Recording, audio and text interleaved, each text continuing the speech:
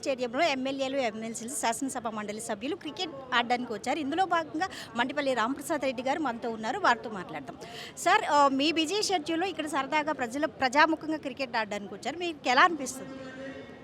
ముఖ్యంగా Andhra Pradesh sports authority తరఫున ఈరోజు ఇందిరాగాంధీ స్టేడియంలో ఈ ప్రోగ్రాంను అరేంజ్ చేయడం జరిగింది.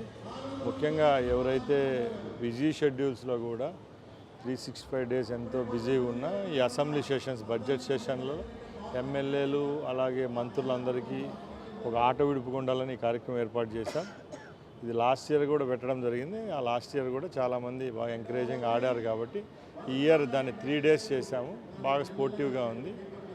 ఇది ఇంకా ముందు తీసుకుని పోతాం. అయితే వైసీపీ ఎమ్మెల్యేలు కానీ, ఎమ్మెల్సీలు కానీ అసెంబ్లీకి రాలేదు. అయితే ఇక్కడికి ఈ ప్రజాముఖంగా ఆడే దీని ఎంటర్టైన్మెంట్కి సంబంధించి ఇక్కడ కూడా రాలేదు. దీని గురించి అసలు మీరేమంటారు? దాని గురించి నో కామెంట్ అండి. అందరూ ఎమ్మెల్యేల కన్నా కేవలం ఒక పార్టీకి సంబంధించిన మ్యాచ్ ఏం కాదు. అందరికీ సంబంధించి పిలవడం జరిగింది. ఇంట్రెస్ట్ ఉండే వాళ్ళు పార్టిసిపేట్ చేయొచ్చు, ఆడచ్చు. That's it. అయితే ఇంకా రేపు ఒక రోజు ఉంది కదండి, దీనికి సంబంధించి అంటే పవన్ కళ్యాణ్ గారు కానీ లేదంటే లోకేష్ కానీ ఎవరైనా వచ్చి ఆడే అవకాశాలు ఏమైనా ఉన్నాయా? అందరూ శాసనసభ్యులు, శాసనమండలి సభ్యులు, మంత్రివర్యులు అందరికీ ఆహ్వానాలు అందాయి. తప్పకుండా వస్తారు.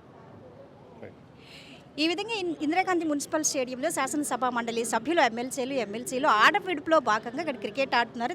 ఈ సందర్భంగా అంటే యువత కానీ సెల్ ఫోన్స్కే అంటుకుపోకుండా ఎంటర్టైన్మెంట్లో భాగంగా ఈ క్రీడా స్ఫూర్తితో క్రీడలు కూడా ఆడాలి అని చెప్పడానికి వచ్చారు.